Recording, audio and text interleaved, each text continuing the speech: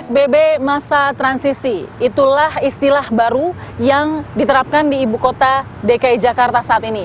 Keputusan yang diambil di awal bulan Juni 2020, ini harus sudah diimplementasikan seluruh warga DKI Jakarta yang mungkin sebelumnya selama 2 bulan sudah menjalankan aturan PSBB. Bagaimana kesiapan pemerintah dan masyarakat untuk mempraktekkan aturan PSBB masa transisi? Dan bagaimana pula kesiapan perangkat ibu kota untuk menyiapkan kebiasaan baru, menyongsong new normal atau normal baru dalam fase kehidupan berikutnya. Saksikan dalam episode kali ini bersama saya, Balkis Manisang.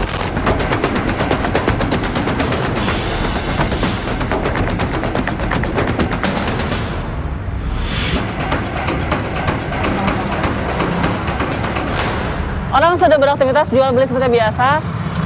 Pertanyaan yang besar yang akan kita lihat faktanya di lapangan, normal baru untuk siapa, dan bila PSBB diperpanjang hingga Juni nanti, kita lihat orang-orang sudah biasa atau belum kemudian mempraktikkan kehidupan normal dengan COVID-19 atau normal baru dengan COVID-19 yang sesuai anjuran PSBB.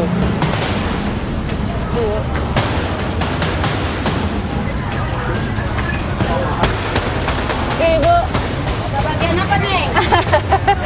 Ibu jualan apa, Bu? Jualan Saya apa? lagi belanja Sayur. Oh, lagi belanja. Bapak, ini jualan Bapak? Iya, sayuran ini jualannya, Bu. Oh, Iya. udah sejak tanggal berapa, Pak, ini aktif jualan? Tahun berapa ya? Tahun Enggak, maksudnya aktifnya dari hari apa nih kemarin jualan? Jualan aktif terus. Jalan terus? Iya. Tapi hari ini udah ramai? Atau masih ada yang belum buka nggak di Lontar nih? saya sih bukan semua. Buka semua? Tuh paling dalam doang, dalam. Di mana? Dalam doang. Dalam tutup. nggak ada? Iya. Tapi kalau ini di jalannya ada, Pak ya? Di jalan mah buka.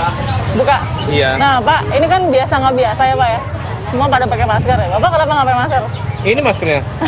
Kelamaan ini apa? Ngap-ngapan. Kenapa? Kenapa, Pak? Kelamaan jadi ini Cocoknya, ya. Pak? Itu dipakai juga tuh nih. Ya kan? Wah. Nah, sudah mendekati PSBB yang kemudian berikutnya. Ini kan PSBB masih jalan. Iya, iya.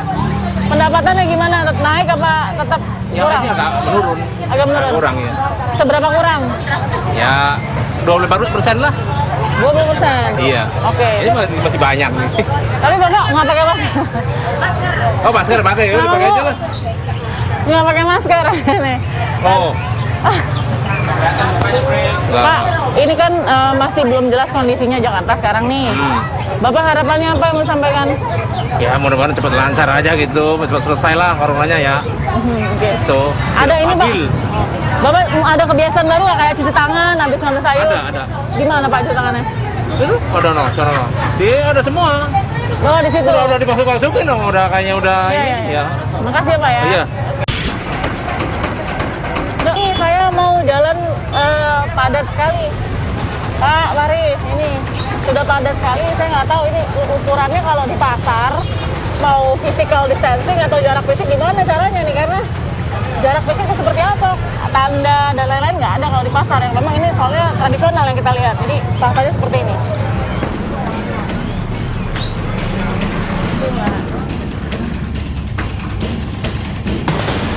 Tanya, Bapak Apa tuh, kesini Pak? Belanja atau Belanja dong, Mbak, tuh belanja. maskernya nggak dipakai, Pak? Oh, maskernya? Oh, ini lupa nih saya. Aduh. Oh, jadi Bapak sebenarnya udah capek pakai masker apa gimana? Udah capek kayaknya pakai masker dulu ya kan.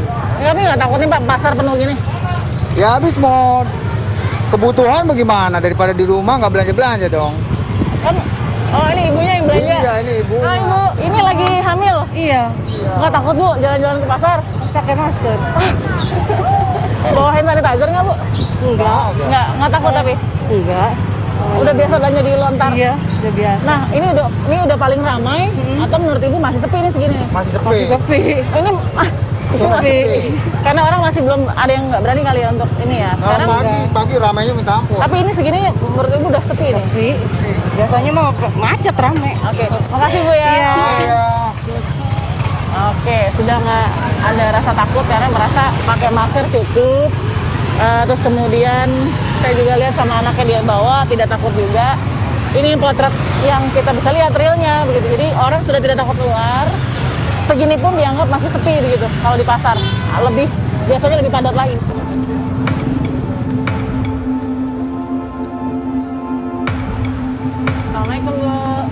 Namanya siapa, Bu? Wah, Ibu kaget. Namanya siapa, Ibu? Ibu, nggak apa-apa, nggak usah dicopot maskernya. Mama Ujang. Saya mau tanya nih, Bu, ini capek pakai maskernya apa gimana, Bu? Saya mau tahu ini pakai maskernya capek atau susah ya? Biar gampang, jadi nggak terlalu ribet kesininya gitu. Sehari-hari ini kalau udah gini posisinya, kan tahu yang namanya disuruh pemerintah suruh jaga jarak fisik nih.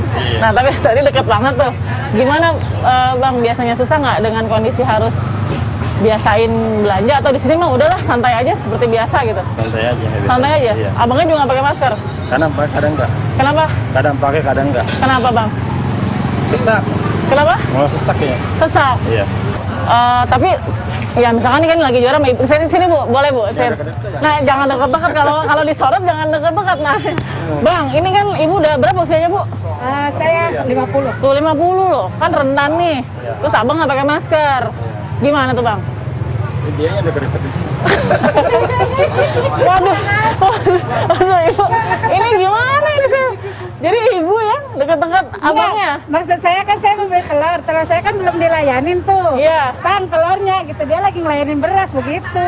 Oh gitu, jadi yang deket-deket Ya, ibunya? nggak bermaksud deket-deket emang. Cuma saya bang, telurnya belum dilayanin oke. gitu doang. Nah, abang kan ketemu banyak orang nih.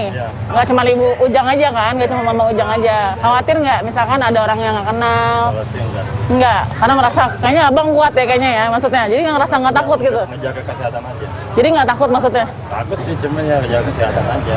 Jaga kesehatan aja.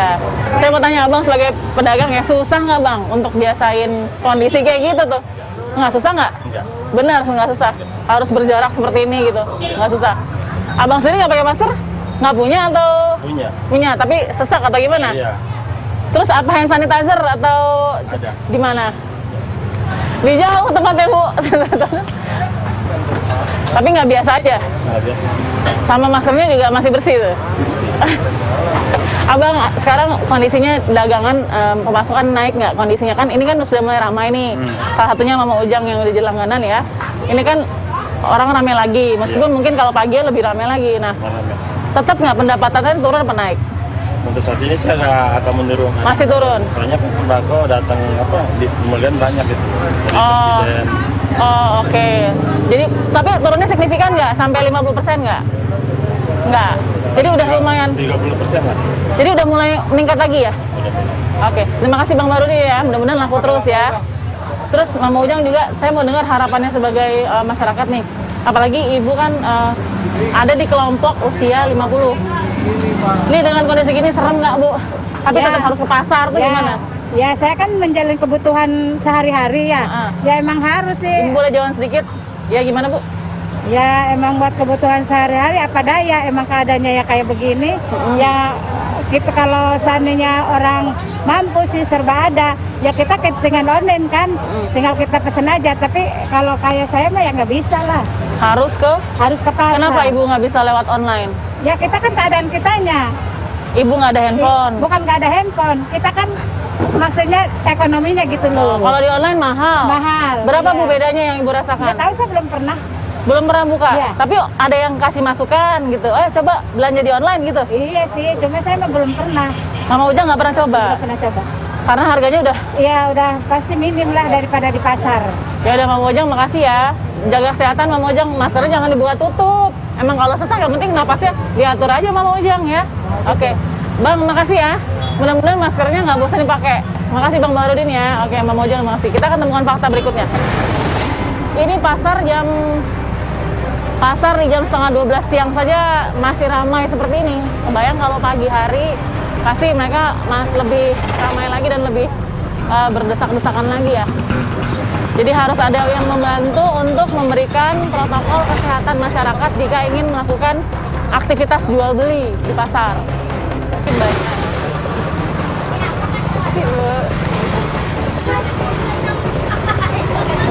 Saya mau tanya dong, bentar. Ibu coba mau tanya sebentar. Namanya siapa Bu? Hah? Namanya siapa? Siapa? Silina. Namanya Bu Selina. Ya, Bu Jualan Lina. apa Ibu? Lele. Lele. Ini. Coba. Bu, mau tanya Bu, sini Bu jualan lelenya Bu. Ini Ibu jualan lelenya? Iya. Ibu duduk di mana biasanya? Duduk di sini. Terus alat-alat kebersihannya apa aja? cuci tangan aja. Di mana cuci tangannya? Di sini ntar ganti, air ganti. Di mana cuci tangannya? Ini. Kan diganti. Jadi cuci tangannya di air ikan gitu. Istirahat. Waduh. Nih. Oh. Terus apa lagi? Ya. Apa lagi? Terus Ini. itu apa, Bu? Alkohol 70%. Oh. Oke, makasih Ibu Selina ya. Oke.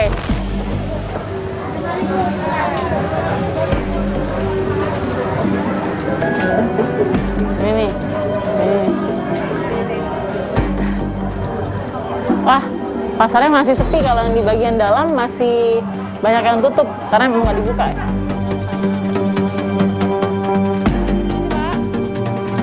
Pak Budi, udah berapa tahun Pak dagang di sini, Ibu? Udah 40 tahun. Ibu Bapak berdiri di sini nggak kelihatan ya? Boleh. Nah, jadi Bapak udah 40 tahun dagang sama Ibu ya? Kalau kondisi kayak gini berarti kalau masih laku nggak ada masalah dong? Ya no problem sih, tapi kalau kita kayak begini PSBB diperpanjang terus, masalahnya kita kan ya tutup dagang. Kalau Gimana tuh Satpol PP masalah datang. tutup dagang tuh? Kalau Satpol PP datang kan kita disuruh nutup. Walaupun nggak setiap hari datang ya? Setiap hari datang. Setiap hari datang? Oke, jadi Cuma bagi saya pribadi kadang-kadang kan mereka juga nauin. mengerti ya kondisi? Mengerti. Oke, nah ini kan berarti kan dilema ya Pak untuk Iya. pedagang yang nggak mudah juga karena harus bertahan gitu ya. Nah sekarang kalau saya mau tanya sama Bapak, kan kondisinya kalau seperti ini, kalau PSBB berarti kan pemerintah punya perhitungannya sendiri belum aman. Iya. Angka penyebarannya masih tinggi. Iya. Kita belum punya vaksin dan obat dan lain-lain. Iya. Bapak sekarang usia juga sudah berapa nih? Kalau boleh tanya? 64. 64 kan rentan. Iya. 64 kan rentan, di atas 45 kan sudah rentan. Iya. Nggak ada rasa takut Pak? Ya takut sih takut juga, tapi lebih takut terhadap perut lah, perut lapar. Perut lapar? Iya, kalau nggak dimasukin berasnya apa yang dimakan ntar, kalau nggak dibuka? Lah bantuan dari pemerintah dapat nggak Pak? Nggak dapat apa-apa. Oke, berapa bulan buka sudah ini? 3 bulan. 3 bulan buka, berapa kali sudah ibaratnya sudah tutup gitu? Ya tiap hari suruh tutup. Jadi jamnya ada jam tertentu? Ya kadang-kadang jam 10 datang, kadang-kadang jam 8. Tapi nggak ada yang, Kadang-kadang jam 2. tapi nggak ada yang diambil? Nggak ada, cuma KTP diminta. Oke, nah harapannya Pak Budi nih, karena kondisinya kan tidak mudah buat semuanya. Pemerintah juga kan berusaha untuk menekan ini kan, Iya, menekan iya. penyebaran. Apa yang Pak Budi harapin di sini? Kita harapin sih secepat mungkin ini PSBB berakhir. Walaupun angkanya terus naik. Ya kalau angkanya naik ya jangan, ya bahaya kita juga. Jadi tetap PSBB, Ya tetap lah, daripada kita bahaya juga. tapi maunya nggak ditutup. Ya dagangan maunya kita nggak tutup, karena apa? Karena kita kan yang pembeli juga pakai masker, pembelinya juga nggak sekaligus banyak. Oke, Bapak masukkan satu-satu dari sini. Iya, harapan saya buat pemerintah ya COVID-19 ini berakhir, Oke. satu. Oke. Kedua, supaya ada penanggulangan terhadap pedagang kayak kami ini, pedagang kecil. Misalnya apa Pak penanggulangan yang diharapkan? Misalnya penanggulangan ada bantuan lah, bantuan ibaratnya entah berupa sembako. Oke. Nah, itu kan terutama arus. Nggak mungkin kita luput dari sembako itu. Oke, jadi bantuan sembako kepada pedagang pasar juga gitu ya? Iya, satu, ini kita listrik bayar. Terus ininya bulanan bayar. Oke, itu aja harapannya Pak? Iya. Baik, Pak Budi makasih ya Pak ya. Iya, Sehat oke, selalu, Ibu terima juga sehat kasih. selalu Bu, yang penting nih Ibu. Ya, yang penting PSBB berlalu lah. Jangan Covid-nya sampai Pak yang terus. berlalu, Covid-nya yang COVID-19 berlalu. ini harus berlalu. Kalau Covid-nya Iya. berlalu, PSBB-nya bisa berlalu. Iya. Oke, Itu terima yang kasih. kita harapkan. Makasih Pak Budi ya, makasih Ibu Oke. ya. Oke, kita akan temukan fakta berikutnya. Kami di gugus tugas percepatan penanganan COVID-19 di DKI Jakarta, kita memutuskan untuk menetapkan status PSBB di DKI Jakarta diperpanjang dan menetapkan bulan Juni ini sebagai masa transisi. Kita melakukan transisi dari ketika kita melakukan pembatasan sosial masif menuju kondisi aman, sehat, produktif. Kita ingin Jakarta kembali menjadi kota yang aman, kota yang sehat, kota yang bebas dari virus COVID, dan masyarakatnya bisa berkegiatan sosial ekonomi. Tim Fakta sudah berada di kawasan Sudirman, dan bagaimana dengan kondisi status Jakarta dengan PSBB masa transisi? Apakah masyarakat mengerti soal itu? Bagaimana mereka menjalani PSBB masa transisi yang diperpanjang ini? Dan bagaimana pula dengan kondisi-kondisi yang mereka harus taati dan patuhi? Kita tanyakan.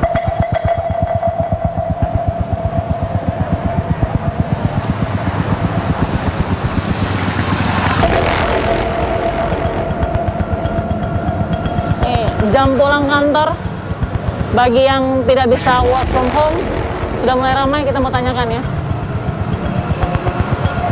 Ya.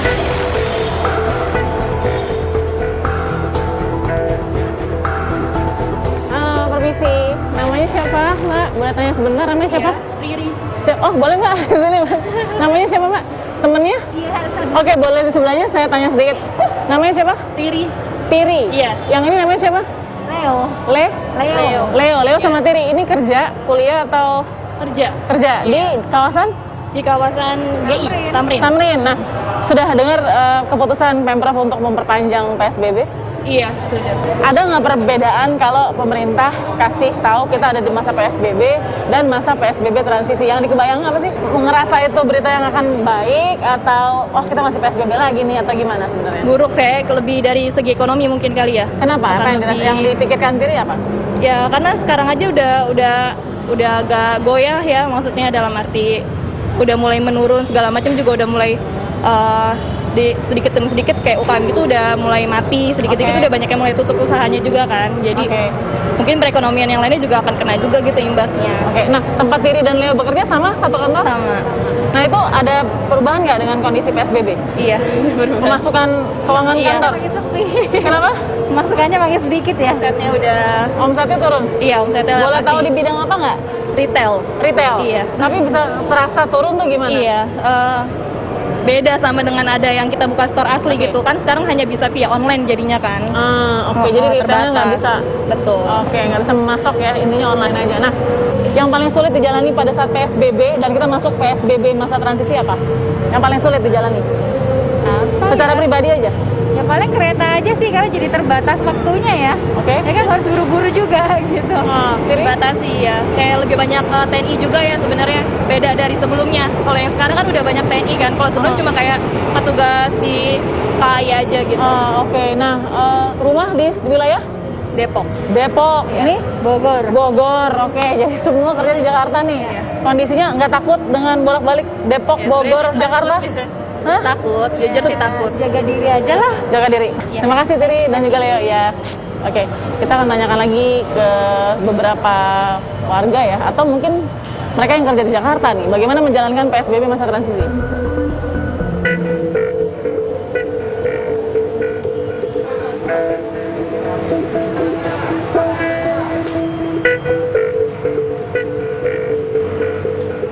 Namanya siapa?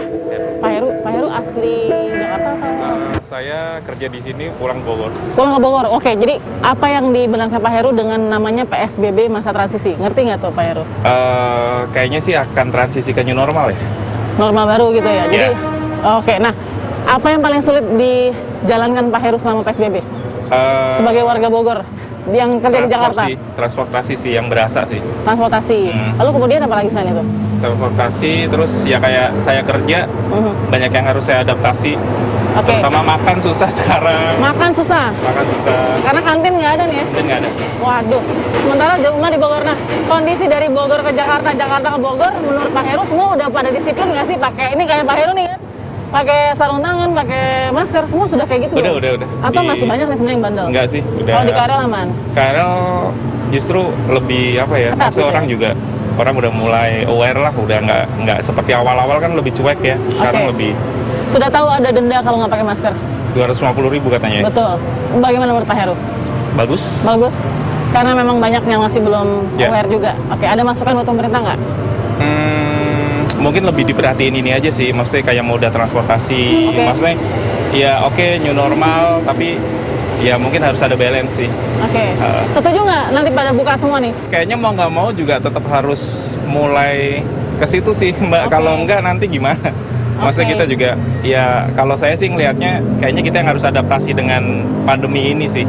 Oke, oke. Pak Heru, saya mau tanya, ini kan PSBB masa transisi. Semua mungkin Bapak masih bisa, Pak Heru masih bisa komunikasi atau mungkin kerja, beraktivitas ya. Nah, anak-anak gimana di rumah? Awal sih ibunya stres juga. Stres gimana? Cuman ya gitu, karena kebetulan kan istri kerja, Ya. terus kan WFH juga, jadi dia harus ke anak, Oke. terus anak juga banyak tugas, terus Oke. online, terus dia juga dikejar-kejar WFH kerjaan, saya Oke. juga harus WFH kerjaan, ribet juga. Jadi minimal harus punya 3 laptop. Iya. Oke, jadi dari 2 itu yang dilakukan selama 3 bulan ini efektif nggak sih menurut Pak Heru? Online school yang apa adanya ini sekarang ya? Nggak terlalu sih, tapi terakhir-terakhir kayaknya udah mulai berkurang sih tugasnya. Tantangan yang paling berat untuk online school? Infrastruktur sih, maksudnya kan orang kan mungkin nggak semuanya standar sama ya, maksudnya kayak perangkat laptop lah atau PC, terus koneksi internet juga. Artinya nggak kebayang kalau akan melakukan sekolah dari rumah terus? Nggak, kita juga nggak kebayang harus WFH tiba-tiba berat. Oke, Pak Heru, makasih ya. Yes. Mudah-mudahan selamat Oke. sampai tujuan. Oke. Baik, Ya. kita tanyakan lagi yang lain untuk kali. Assalamualaikum. Ibu Lina tadi sempat dengar Pak Gubernur memberikan statement baru soal PSBB sudah masuk masa transisi. Baru ini? Baru ini ya. Jadi sekarang sudah PSBB-nya masa transisi. Kalau kemarin kan PSBB-nya pada masa pandemi, ini sudah masuk masa transisi. Transisi ya. Tapi yang di benaknya Ibu Lina, kalau yang namanya masa transisi itu apa sih yang diharapkan sebagai warga juga? Atau Nah, bagaimana? kayak seperti ini, contohnya kayak pendidikan ya. Oke. Kita kan di fase ketiga, katanya Iya. informasi. Katanya tanggal 15 Juni itu untuk new normal untuk pendidikan, karena saya juga bekerja di situ. Cuman itu belum jelas, karena informasi dari anak saya juga dari sekolahnya juga nggak jelas. Karena mereka jadi membuat angket untuk semua siswa itu seperti apa sih untuk pelajaran online-nya gitu. Jadi mereka minta pendapat dari ibu-ibu untuk seperti apa nih pembelajaran online yang menarik buat si siswanya siswi. Nah, gitu. pendapat dari orang tua sebenarnya apa yang paling bulat? Yang Paling bulat mayoritas? ya online, karena Online. kan takut ya anaknya terkena COVID-19. Oke, mungkin karena tahu ada Korea Selatan juga yang kembali Iya, betul. mengalami gelombang kedua gitu ya. Terus ada isu-isu di WA kan bahwa pada saat ada mereka masuk sekolah ternyata semua banyak yang terjangkit. Nggak semuanya, cuma ada beberapa. Potensi itu, besar. Itu membuat ketakutan si ibu. Dengan tantangan hanya 1 jam. Kita bandingkan dengan sekolah pada umumnya sebelum corona ya. Gimana Ibu? Ya memang sih, memang karena pandemi ini secara online itu memang nggak terlalu mungkin, karena anak kan otomatis beda suasananya, cara benerimanya, fokusnya. Karena kita kalau di ibu kerjain PR udah selesai gitu. Padahal ada hal-hal dari guru itu yang memang mengharuskan anak harus bisa ini itu, istilahnya berinteraksi dengan temannya. Nah, gitu. interaksi itu yang hilang. Nah, interaksi itu yang hilang. Nah, interaksi ini kan digantikan oleh orang tua. Saya mau tanya Bu, sepenuh apa mungkin kepala para orang tua yang juga bekerja tapi juga harus mengurus anak untuk online school? Ini sih agak repot juga. Repotnya Karena gimana, Bu? kita kaget ya, maksudnya sebagai orang tua tiba-tiba harus mendidik anak harus seperti guru gitu. Oke, jadi satu ada ketidakpastian jam kegiatan belajar mengajar. Lalu kemudian PR yang diselesaikan, interaksi yang tidak ada. Sama tadi laptopnya gantian Bu, anaknya 3. Iya, gantian. Jadi berempat gantian sama Ibu? Iya. Waduh, oke. Ini untungnya ada wifi, cuma kan pakai handphone. Kalau anak saya yang SMP pakai handphone. Jadi ada yang Dia pakai kan handphone, ada yang harus pakai laptop. Iya. Tapi kalau anak saya yang satunya juga pakai handphone, cuma saya langsung ke laptop gitu. Karena ada presentasi. Karena anak saya kan tunarungu. Nah, paling kesulitan itu yang anak saya tunarungu. Oh, yang kelas berapa Bu yang tunarungu? Yang kelas 4. Nah, itu dia gimana tuh Bu dengan kondisi? Nah, ya itu dia saya kesulitan. Karena kan mereka harus sebenarnya kan harus guru yang kompeten ya. Ya, harus ada harus ada interaksi. Karena kan ke tunarungu itu harus interaksi begini-gini. Bahasa ya. Saya skillnya nggak terlalu ada. Jadi mau nggak mau orang tua harus aktif. Oke, jadi ini faktanya adalah Ibu tuh belum bisa ya bahasa isyarat? Belum, masih minimal. Tapi secara gambaran dia maunya apa saya ngerti. Makasih Ibu Lina ya, mudah-mudahan selamat sampai tujuan ya Bu ya. Iya. Baik, tetap sehat Bu. Oke. Kita dengarkan beberapa masyarakat yang punya suaranya soal bagaimana mereka menempatkan diri dan menghadapi situasi PSBB masa transisi ini ternyata tidak mudah. Kita akan temukan fakta berikut.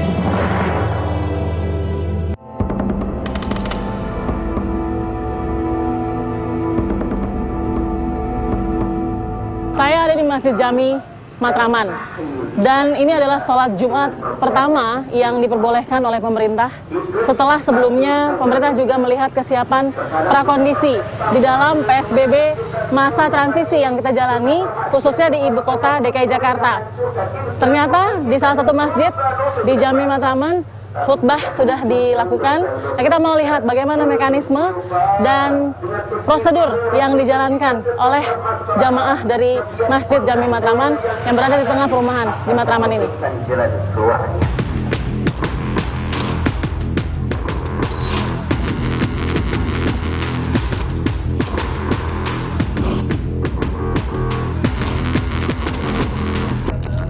Namanya siapa?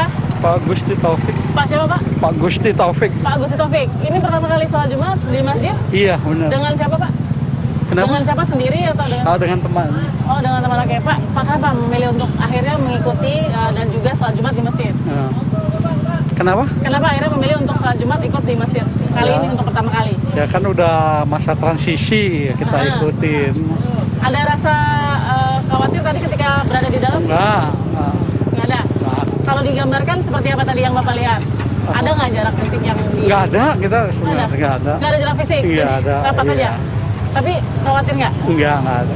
Oke, harapannya sebenarnya ada jarak fisik atau enggak sebenarnya Pak Gusti? Sebenarnya sih enggak, kan kalau sahnya suatu sholat kan harus safnya rapat. Oke. Harusnya kontrolnya di depan ini, ada cuci tangan, ada ini. Oke. Itu. Jadi tadi setiap saf rapat ya? Iya. Salah satu sabda juga rapat? Oke, baik. Terima kasih ya Pak. Iya. Oke. Bapak, namanya siapa Pak? Arif. Pak Arif. Pak Arif maskernya mana Pak? Waduh. Pegat. Waduh, ya Pak ganti Lupa. masker. Oke, maskernya lupa jadinya. Iya. Tadi selalu pakai masker nggak? Hah? Selalu pakai masker nggak? Jadi begini dulu. Waduh, ini tadi nggak pakai masker. Iya, soalnya. kelupaan. Waduh. Pak Arif, ini pertama kali Pak Arif sholat Jumat di Yes. masjid atau sudah berapa kali? Ya sejak nggak boleh sholat Jumat tuh baru this Ini time. pertama kali. Jadi Iya. sudah absen berapa kali nggak sholat Jumat? Hampir 2 bulan ya. Hampir 2 bulan. Nah kan sudah penuh. Bapak yang pertama kali Bapak perhatikan apa? Atau santai aja gitu udah kita sholat Jumat aja? Ya mungkin ini ya terlalu crowded jadi masih safnya karena baru ini aja kali yang ngadain sholat jadi agak sedikit full gitu. Seperti apa yang Bapak gambarkan di dalam Pak Arif? Ya Jadi, mungkin lillahi ta'ala ya kali ya. Jadi penting dia niatnya sholat untuk protokol kesehatan sedikit. Ada sih agak jarang gitu, sedikit. Nah, Bapak kan disuruh tadi anjurannya kan kalau mau sholat kan bawa hand sanitizer. Terus kemudian Ya tadi kan. kebetulan disemprotin sama ada petugasnya. Tapi masker Pak, Bapak pede banget tuh ini nggak pakai masker. Iya, loh. insya Allah ya. Ini orang banyak banget Pak, Bapak nggak takut. Saya lillahi ta'ala aja. Terima kasih Pak Arif ya. Iya. Oke Pak, sampai tujuan. Helmnya Pak. Nggak pakai dekat semuanya. Waduh, baik. Iya. Baik Pak. Iya. Hati-hati Pak di jalan. Oke.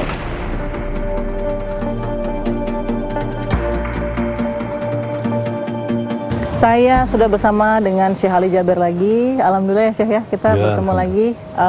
Kondisi dalam keadaan sehat walafiat Syekh. Ya. Karena kita masih dalam jarak menjaga jarak fisik. Kenapa? Karena Pemprov DKI Jakarta juga sudah memberikan pengumumannya. Kita masuk ke PSBB masa transisi. Tapi yang paling penting ini Syekh, kenapa kita harus mendengarkan pendapat dari Syekh ini? Karena kita tahu umat sudah mulai resah soal aktivitas di rumah ibadah. Nah, apakah sekarang suara itu masih cukup besar untuk membuka rumah ibadah sampai saat ini? Belakangan ini saya sudah mengikuti berita-berita yang terjadi di beberapa negara, termasuk di Arab Saudi. Arab Saudi kan pusatnya Islam, kedatangan Islam dan gerakannya Islam. Saya menemukan di Arab Saudi sendiri sudah mulai membebaskan sama dengan pengumuman pemerintah kita di Indonesia.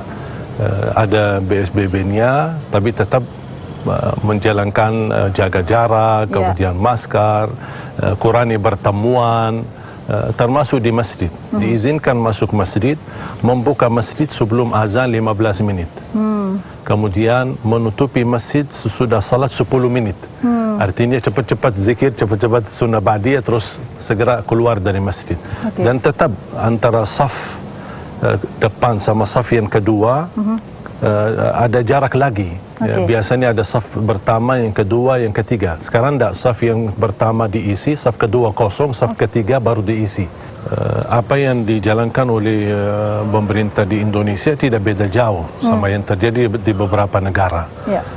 Mungkin perbedaan kondisi kita, jujur saja kita sebagai rakyat agak susah diatur ya, susah ini disiplin ya. Betul, Syekh. Kita masih mau serba bebas, maunya seenak-enak kita. Akibatnya yang terjadi banyak risiko dan banyak permasalahan. Ketika terjadi permasalahan, kita lempar ke pemerintah, kita bebani kepada pemerintah. Menurut saya saat ini, habis saya mengambil dan melihat beberapa berita-berita di Arab dan bahkan sampai ke negara Eroppa dan lain sebagainya, beban yang didapatkan atau yang dihadapi oleh pemerintah Indonesia tidak mudah. Rakyat yang begitu banyak, fanatik agama, mereka dari awal semenjak ada pengumuman jangan Jumatan, jangan tarawih, tapi tetap masih ada banyak masih yang melaksanakan tarawih, masih melaksanakan Jumatan, dan sampai titik ini walaupun sudah diizinkan oleh pemerintah keterbatasan dibatasi BBSW-nya, tapi saya masih sampai saat ini belum berkenan untuk salat di masjid dan juga Jumatan di masjid. Kalau pandangan saya sendiri memilih tidak Jumatan. Walaupun sudah ada pengumuman. Boleh tapi jangan dulu kalau Syekh ya. Kalau saya pribadi, saya menghindari. Kenapa? Karena saya masih mengikuti kaidah Islam. Saya bukan mengikuti kaidah otak saya atau kepala saya. Saya mengikuti kaidah Islam. Menolak madarat lebih diutamakan, lebih didepankan daripada mendatangkan manfaat. Jumat manfaat, mendengar khutbah manfaat, menghadiri bersama jamaah itu manfaat banyak, banyak manfaatnya. Tapi di situ ada risiko madarah. Di dalam Islam, walaupun ada manfaat besar, ada sedikit madarah. Jangankan madarat besar, madarat kecil, manfaat besar lebih didepankan menolak madarat. Berarti karena adanya madarat, saya lebih baik menghindari. Seperti berita kemarin di Iran sampai 160.000 yang positif corona. Kita masih, menurut saya masih Allah melindungi ya. Walaupun rakyat ini bebas sana sini ini, saya merasa kadang-kadang sedih. Kenapa kami sebagai rakyat Indonesia susah disiplin? Kenapa kami tidak bisa seperti negara Arab Saudi lah misalnya, Makkah Madinah. Siapa yang tidak merindukan Makkah Madinah? Siapa yang tidak mau Masjidul Haram dan Masjid Nabawi, apalagi beraktivitas salat?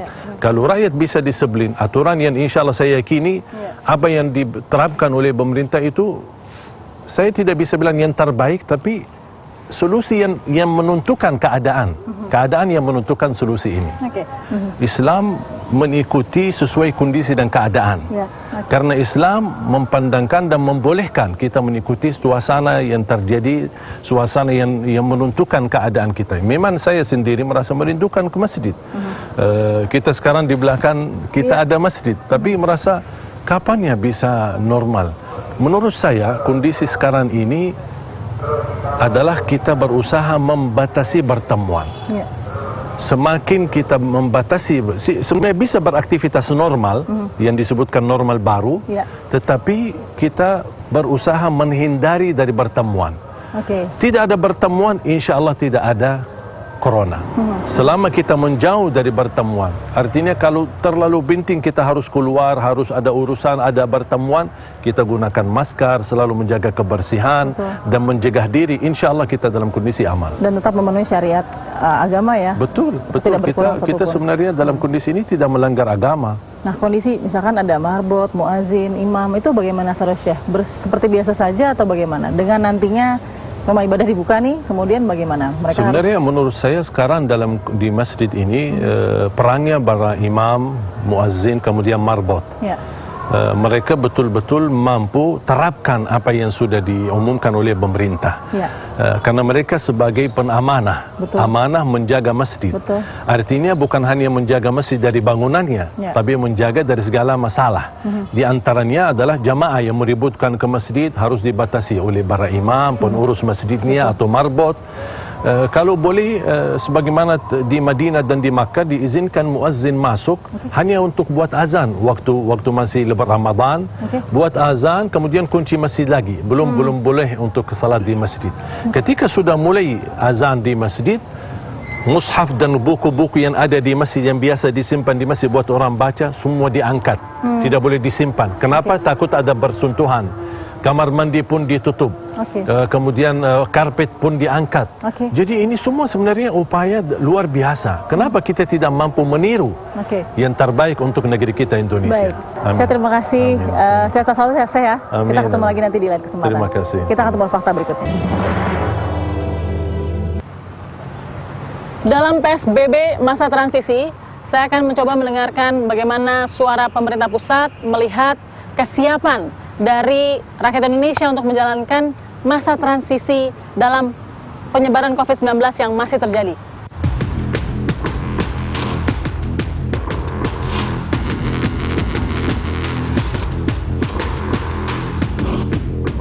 Saya sudah bersama dengan Kepala Staf Kepresidenan, Pak Jenderal, apa kabar Pak Muldoko? Sehat Pak? Alhamdulillah. Kita kemarin sudah optimis Pak Muldoko dengan berharap wah sudah nih PSBB penghabisan gitu ya. Sudah ingin seperti itu, tapi ternyata angka berkata lain, statistik berkata lain. Akhirnya kita harus ibaratnya ada masa transisi. Perbedaan yang paling mendasar di pakem pemerintah seperti apa sih Pak di masa transisi PSBB? Ya sebenarnya kan gini loh, tidak ada yang permanen. Bahwa situasi itu bisa berubah dari hijau bisa berubah langsung ke merah, bisa juga ke kuning dulu, dari kuning bisa ke merah, atau dari kuning bisa ke hijau ya. Karena tadi itu sangat diukur dari satu mobilitas manusianya. Kalau manusianya mobilitasnya tidak dibatasi, sebagai contoh Jakarta sekarang sudah bagus, tahu-tahu yang pulang dari liburan hari raya kemarin masuk berbondong-bondong pasti akan terjadi perubahan yang luar biasa lagi. Untuk itu harus dibatasi dengan baik. Maka yang paling diutamakan tadi itu dari sisi mobilitas bagaimana harus dibatasi. Oke, Pak Mul, ada mungkin kalau konsentrasi kita juga kepada 4 tempat yang bisa potensi menjadi klaster-klaster baru yang menyusahkan pemerintah tentunya.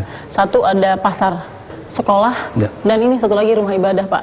Nah 4 tempat yang sangat berpengaruh ini, pemerintah sebenarnya bagaimana sih Pak? Ya, seperti di pasar, ini yang paling krusial di pasar ya. Tapi ada cara ya, ada cara bagaimana membangun jarak. Itu salah satu solusi untuk pasar-pasar yang sulit, cukup sulit ya ditangani. Itu untuk pasar ya Pak ya? Ya. Sekolah. Nah, berikutnya untuk sekolah. Pada dasarnya tahun ajaran baru tetap berjalan pada Juli nanti, tetapi sekali lagi tidak serta-merta sekolah akan dijalankan secara offline. Ya. Terakhir Pak, ini sensitif saya harus tanya, tapi mudah-mudahan Bapak bisa kasih edukasi juga. Satu rumah ibadah Pak, ini yang paling sensitif. Rumah ibadah masing-masing punya cara dan pendekatannya dengan keimanan masing-masing. Tapi kadang-kadang suka kontradiksi dengan protokol kesehatan. Saya pikir Presiden kemarin sudah ke Istiqlal ya. Ini sebuah simbol bahwa sebenarnya ibadah sudah mulai dipikirkan untuk kegiatan ibadahnya dengan aturan-aturan protokol yang ketat, jarak antara depan belakang, jarak antar samping kanan kiri. Ada silangnya ya Pak ya? Ada. Antara saf. Semuanya pakai masker ya. Sepanjang protokol kesehatan itu menjadi kesadaran bersama ya. Itu dijalankan dengan baik, penuh tanggung jawab. Karena itu saya katakan tanggung jawab sosial, bukan hanya untuk dirinya. Begitu dia teledor tidak menggunakan masker atau yang lain, maka itu sesungguhnya membawa bencana bagi orang lain. Ini kita tidak pernah membicarakan memparadokskan antara mall dengan tempat ibadah, tidak sama sekali. Sama sekali kita tidak berpikir seperti itu, tapi pikiran kita hanya satu, bagaimana semua itu bisa terselamatkan dengan baik, karena satu, punya kesadaran yang tinggi bagi masyarakat, dan pemerintah selalu mengingatkan. Itu saya pikir ya kuncinya. Pak Muldoko, terima kasih Pak. Tetap sehat Pak. Mudah-mudahan selalu dalam lindungan juga ya Pak, agar kemudian bisa beraktivitas dan memberikan terus edukasi kepada rakyat Indonesia. Berada di dalam masa transisi tentu tidak mudah buat semua orang. Ketertiban dan kedisiplinan masyarakat ini harus selaras juga dengan perangkat yang ada dari pemerintah untuk saling mendukung memutus mata rantai penyebaran COVID-19 yang saat ini juga masih mendera Indonesia.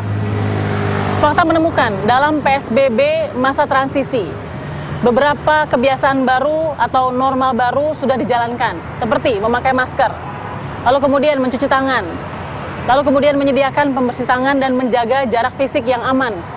Namun tak dipungkiri, tim fakta juga menemukan tidak jarang masyarakat yang belum mengerti atau paham dan patuh terhadap apa-apa yang harus dilakukan dalam kebiasaan baru sesuai dengan peraturan PSBB pada masa transisi ini.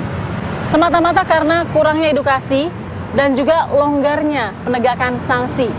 Pemerintah tidak bisa sendiri untuk memberikan solusi. Masyarakat menjadi kunci untuk memutus pandemi berkepanjangan ini. Saksikan terus program Fakta setiap hari Senin pukul 21 waktu Indonesia Barat bersama saya, Balkis Manis.